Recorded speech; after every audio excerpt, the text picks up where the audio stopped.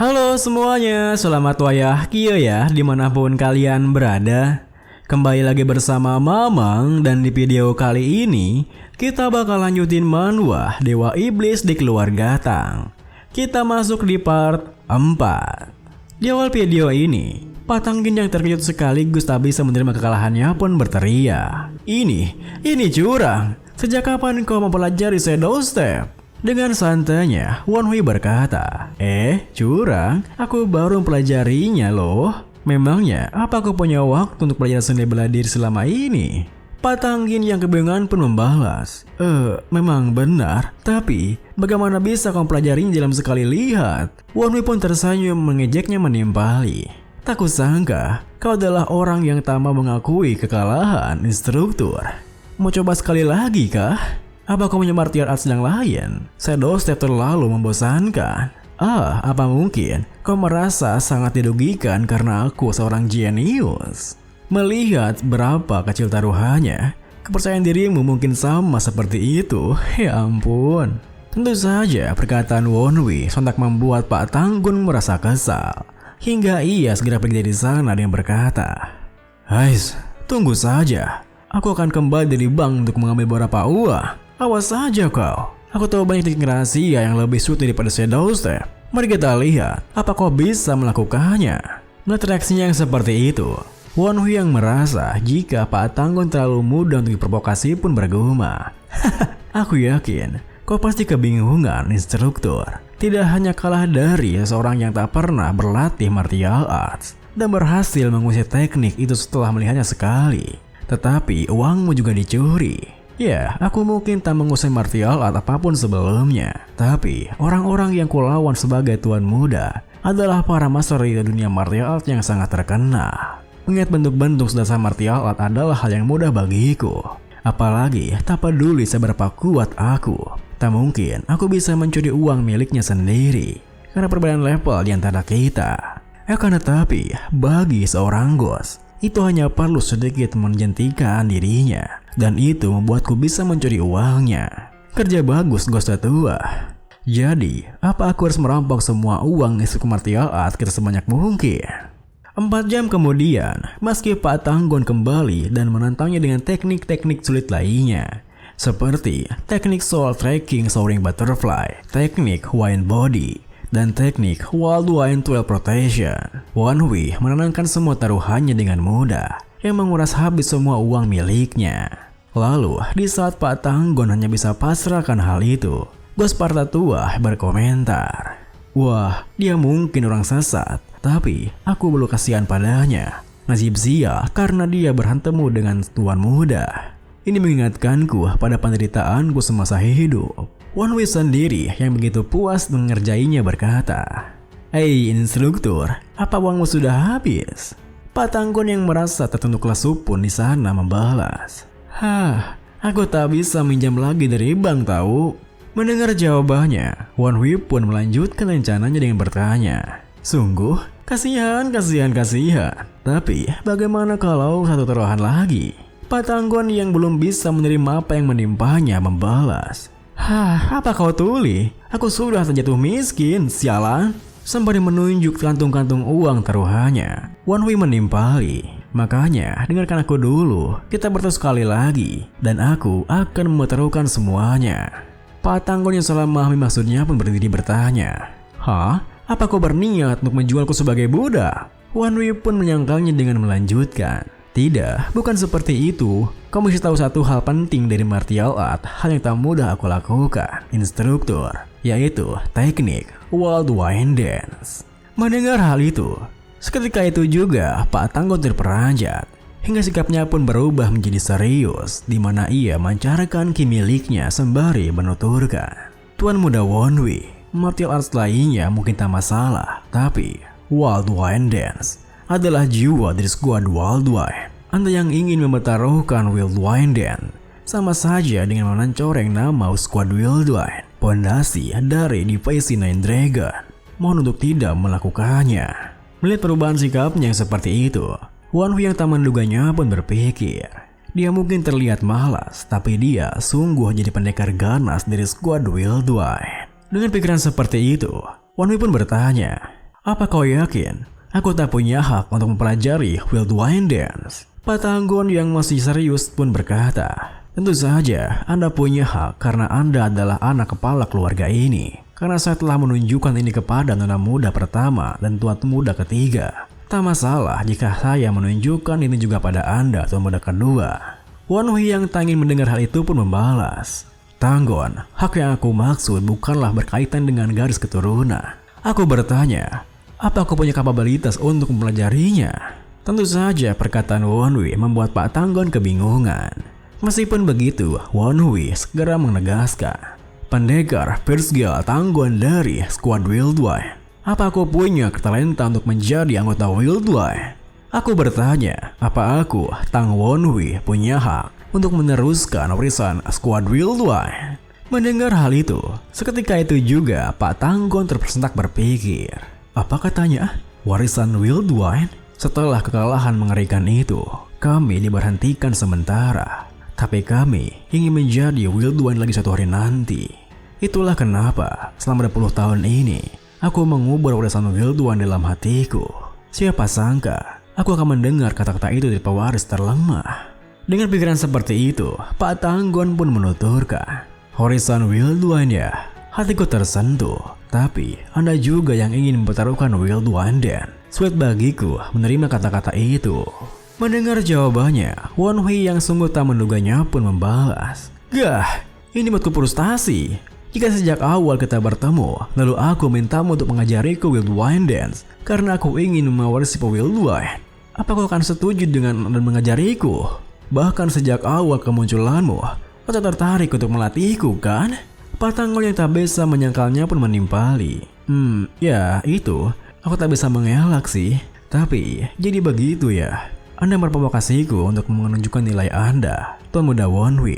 Saya dengar Anda telah berubah, tapi saya tahu Anda menyembunyikan kekuatan dan kecerdikan Anda. Martial art yang saya ajarkan, termasuk Shadow Step. Semua itu adalah teknik yang saya anggap sulit bagi Tuan Muda. Anda seharusnya membutuhkan energi dalam yang bahkan tak cukup dalam 2 bulan. Tapi sepertinya Anda telah mengumpulkan energi dalam tanpa pengetahuan Grand Matron untuk saat ini. Dan karena Daxo Fragon akan berkunjung, Anda menunjukkan taring yang Anda sembunyikan ya. Sungguh plot jahat untuk menusuk dari belakang, bahkan sampai menipu anggota keluarga Anda.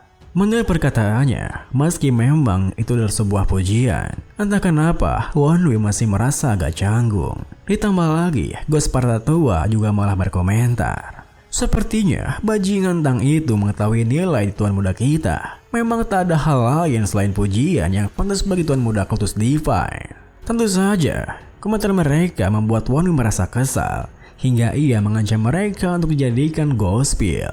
Ditambah lagi, di saat Wan Hui bertanya, apakah Pak Tanggon akan mengajarinya atau tidak, para Ghost tua malah kembali berkomentar, jika tak ada gunanya melawan, tak ada yang bisa melawan kata-kata Tuan Muda di Kultus. Kata-katanya itu telah mempengaruhi banyak sekali yang beli demand.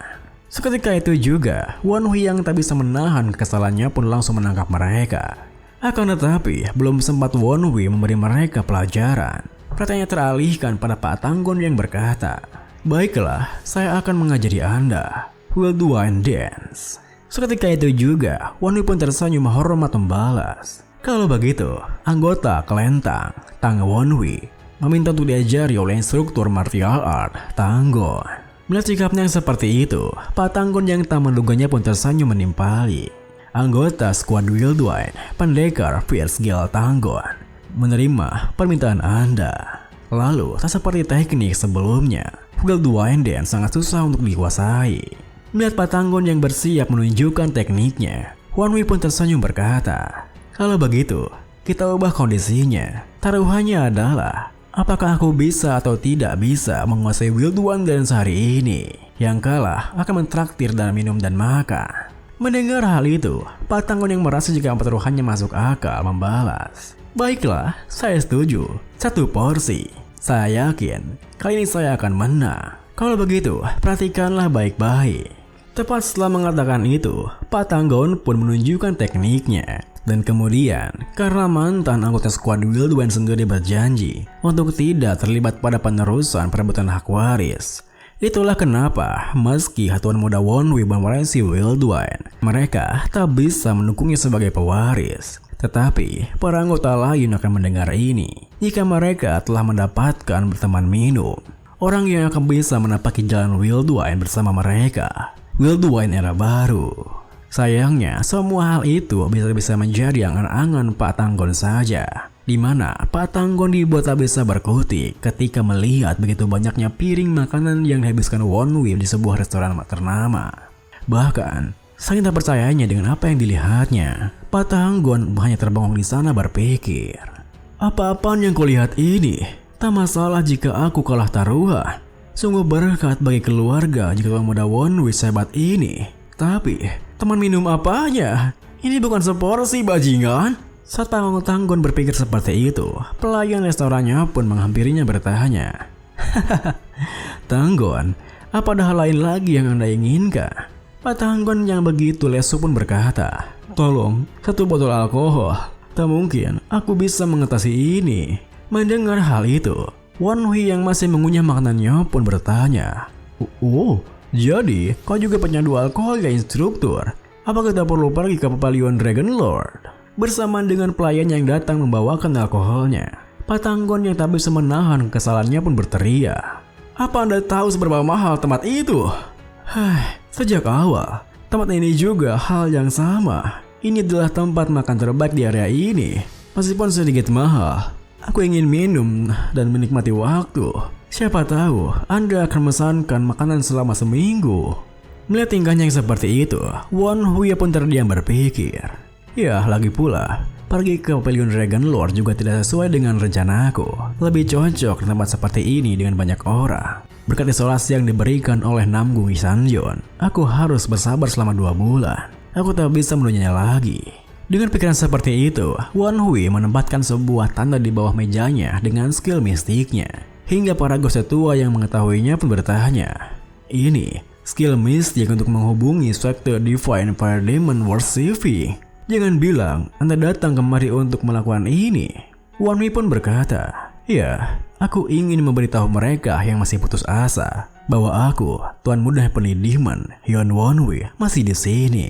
Beberapa hari kemudian, ketua laba yang berkebosanan karena harus mengintai kediaman Grand Mantron pun bergumam, 10 hari telah berlalu tanpa aktivitas mencurigakan apapun. Berapa lama lagi aku harus terus mengawasi? Bukankah itu seragam sekte King Cheng?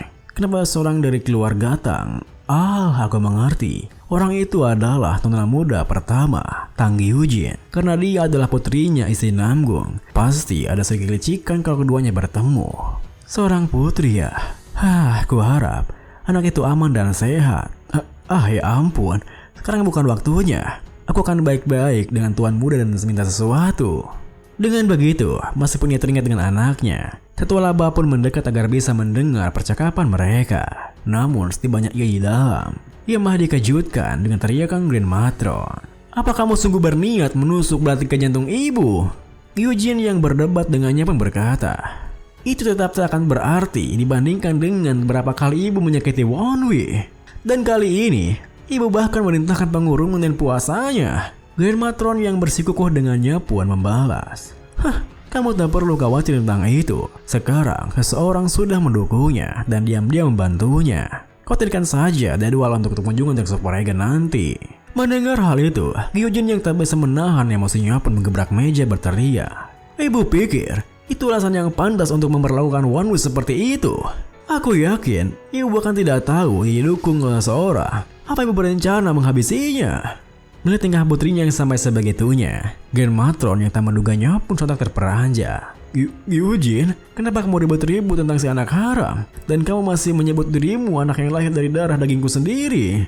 Gyujin yang muak dengan tingkah ibundanya pun pergi dari sana sembari berkata, anak haram ini, anak haram itu. Ibu masih belum berubah sedikit pun. Mau tak mau, aku harus mengungkapkan kebenarannya. Tentu saja, sikapnya yang seperti itu membuat Grand Matron sama sekali tak bisa menghentikannya. Hingga dia pun duduk di sana di kursinya sembari menggerutu. Sifat kebaikannya selalu sudah jadi kelemahan sejak dia masih kecil. Tapi sekarang, ia jadi lebih buruk setelah dia masuk ke sekte King Cheng. Bagaimana dia akan menerima posisi pewaris kalau dia bertingkah begitu? Semuanya, setelah anak haram itu, tidak perlu menunggu sampai Dark Soparegan berkunjung. Apa ada seorang di luar? Aku akan pergi. Video ini pun diakhiri dengan, meski awalnya Tatua Laba kebingungan dengan apa yang dilihatnya, ia segera mengikuti Green Matron sembari berpikir, bagaimana aku harus melaporkan hal ini? Keluarga ini tidak berfungsi dengan baik kah? Gitu. Dia keluar hanya karena Tuan Muda?